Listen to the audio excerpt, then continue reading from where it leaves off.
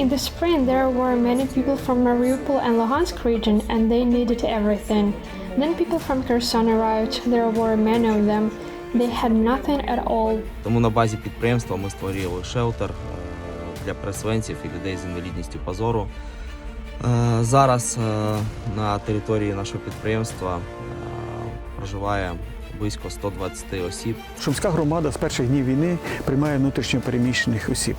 Найбільша кількість – це було 3200 громадян, які переселилися з районів України, де проводилися бойові дії. Hello and welcome to Ukraine in Flames, a special project by Ukraine Media Center and NGO Euro-Atlantic Course. I'm your host, Varvara Shmygalyova. Today we'd like to further explore the issue of internally displaced people in Ukraine.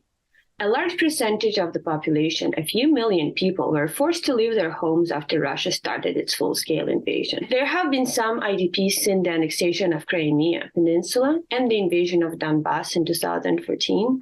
However, this year the number of people seeking shelter and various help increased dramatically.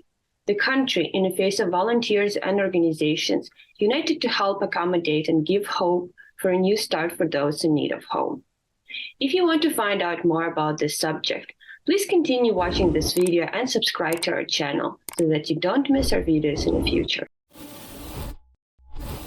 Let me introduce to you Natalya Kryvoruchko, director of the charity fund SOS Children's Village in Uzhhorod. She's an IDP from Verdansk herself. By the way, her organization will partner with Project Nadia that was introduced in episode 225 of our program. They united to offer support with social adaptation. We've asked her to describe what are the main needs of internally displaced people that arrive in Uzhhorod. There are different needs. It depends on who arrives at what time. In the spring, there were many people from Mariupol and Luhansk region, and they needed everything. Then people from Kherson arrived. There were many of them. They had nothing at all.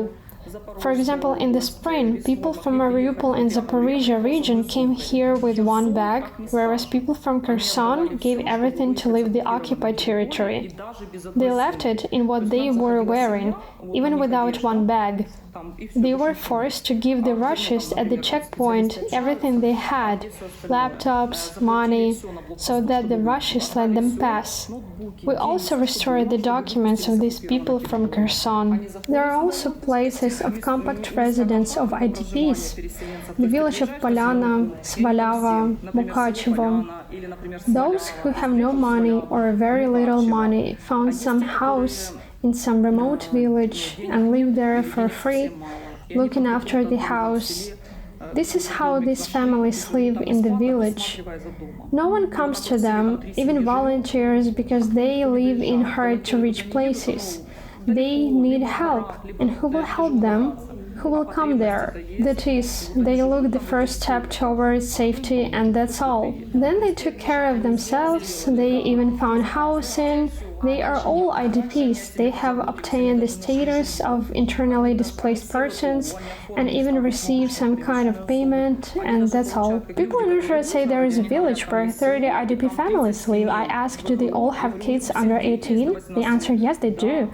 We're ready to show the documents. 30 families. No one has ever visited them or registered anything, and they've been living there for 3 months. Our team is going to visit villages now, help in villages and make deliveries to these villages. Natalya also shared a personal story of persuading her friend to leave Zaporizhia to save lives of herself and her kids after Russia started the war in Ukraine. We're now all scattered. It's very hard. A friend came to me. I persuaded her to leave Zaporizhia. She drove with 2 children for 5 days. She is not a good driver, a poor driver, and she had to drive 1,500 kilometers. She drove with stops. 2 children, her husband stayed in Zaporizhia. She was in Kiev on Monday when it all started, and before that, they hadn't slept for several weeks in a row because bombing began at 1 a.m. and at 5 a.m. again. They weren't getting enough sleep. When she got to Zakarpattia, she said, "I can't believe I can at least sleep normally." She's afraid of everything. I say, "It will pass. I've experienced it. A door bent somewhere, nothing fell, maybe we didn't hear a siren." It's panic, constant panic, panic attacks. Kids adapt faster in a calm environment. One day was enough for them. It is quiet, well, the kids are already looking around, watching everything. She is very worried as a mother, because she saw the bombed houses opposite. Here's her house, and she sees these bombed-out houses from her window. She has had her own business for many years. I said to her, "You won't need it. Go away." Next, let's hear from Andriy Kyt, volunteer from Dnipro, who together with his dad created a shelter for displaced people and people with visual disabilities. Всім привіт, мене звати Андрій Кит, я з міста Дніпро, я волонтер. Коли розпочалася повномасштабна війна, я і мій батько Сергій Кит прийняли рішення створити шелтер для переселенців.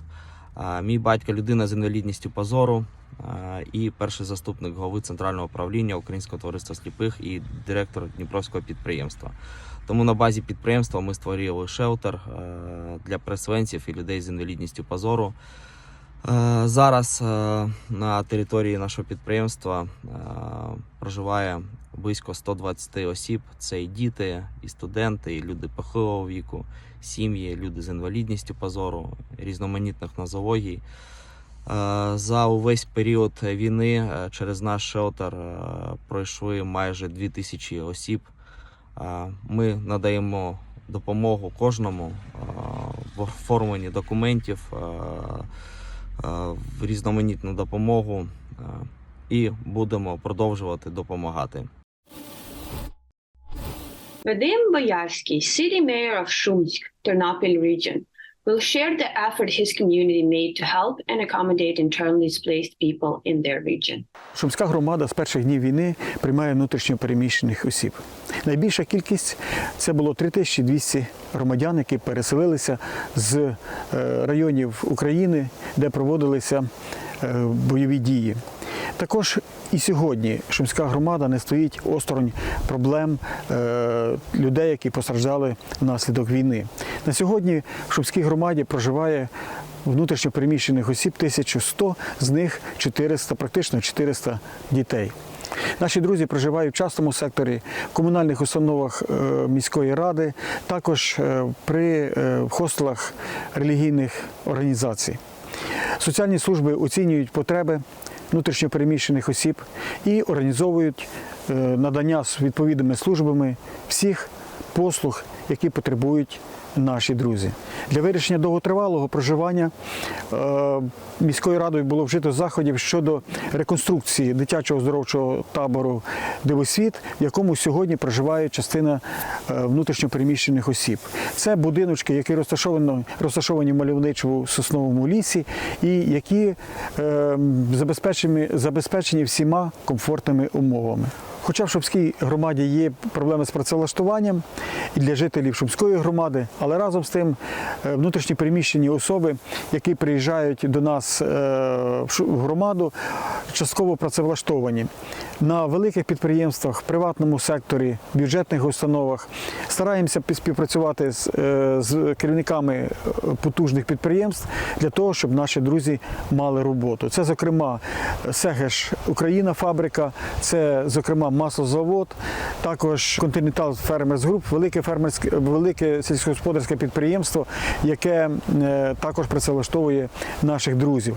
Хочу сказати, що працевлаштовувалися внутрішньо переміщені особи і в бюджетній сфері. Це і лікарня, і вчителями працювали. You've been watching a special project by Ukraine Media Center and Euro-Atlantic course dedicated to the Russian-Ukrainian war, Ukrainian Flames. In the description under this video, you can find information on how you can help Ukraine fight Russian aggression. If you find our work useful, please like and share this video. Glory to Ukraine.